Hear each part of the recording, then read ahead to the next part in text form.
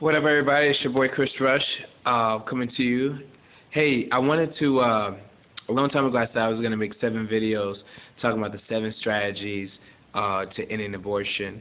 And so I only did one video, which is the prayer video. So I'm going to try to do all the rest of the 6 this week, including this one right now. And then I'll probably do a video talking about all of them, just going through it real quick. The number 2 one I want to talk about is going to the clinics. Now hear me. Before I even began, I want to tell people that I didn't just come up with this out of a vacuum.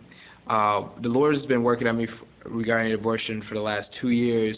Mostly I was praying about it. Mostly just thought that was the only way to really end it, was just to pray. And the more I prayed, God began to talk to me about what way of ending this dragon.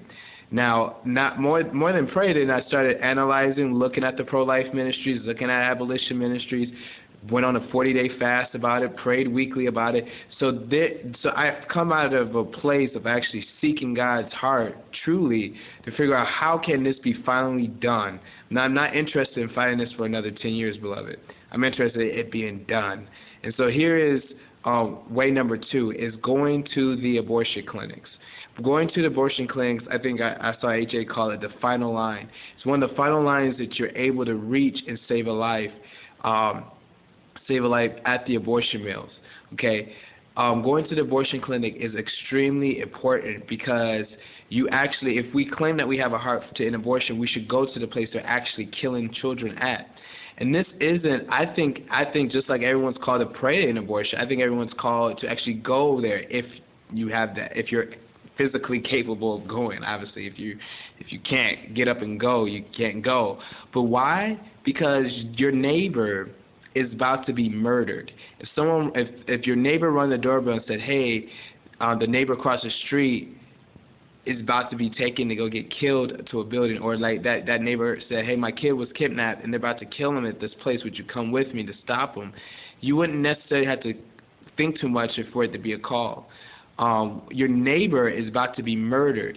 So that calls like an all hands on deck, stop and go. You know, the vision I had earlier was a father getting a phone call that there was a shooting like at Sandy Hook, and he rushed to the school. And many other people rushed to the schools, even because they were part of that community. They wanted to know where the kid's safe. And so once you know there's somebody going to die, I think that calls for all hands on deck. Oh my God, let's all go and cry out to these ones and say, please don't kill your baby. Please don't do this. We have help for you. This is murder. Whatever you say, this is like the last thing you could try to do before they actually kill that kid. One time I was at the clinic, God said, if they were bringing 4-year-olds in here, how would you act? So that I would ask you that. If there was a legal place, a building that you could bring a 4-year-old and kill that kid, would you necessarily need, we would just go. If there was a building that says sex trafficking building, you could bring your 8-year-old here and have sex with him, 8-year-olds in here to have sex, we would go to that building. I wouldn't need anybody to tell, I would just go. And so when we go, it's a witness to the moms, it's witness to, and if Christians begin to flood the clinics, if just like a handful of churches, not saying the whole church, that'd be awesome, the whole church, but just a handful of churches begin to go to the clinics, they would be overwhelmed with people. We would have signs blocked down the road, please don't, please don't, please don't, all types of signs that it will move people's heart, and they would have to shut down simply because girls wouldn't come. People would just change their minds and wouldn't go. It would be extremely difficult to have that type of operation going. We got hundreds of people consistently outside your building, praying, worshiping. That's also, you don't have to go to the abortion clinic and say anything. Just going and praying, going there and holding the sign, going there and singing. Your presence there is what's going to move. And so we actually have to go where the people are where the need is mostly met, and the need is mostly at the abortion mill at that exact emergency moment. I think that's a way that we all can fight. I think it is how Christians should respond to the death of children in their neighborhood. They should go to where they're killing them and plead for them not to do that. All right?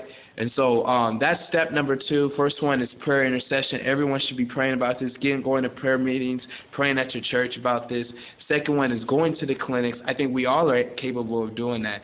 And that is a witness. When I'm there as a young black man, it's a little bit different than the people who are traditionally there, and people hear me a little bit more. But when you're there, whoever you are, it's going to speak to somebody else when they walk in there. And so it's highly important that we do this.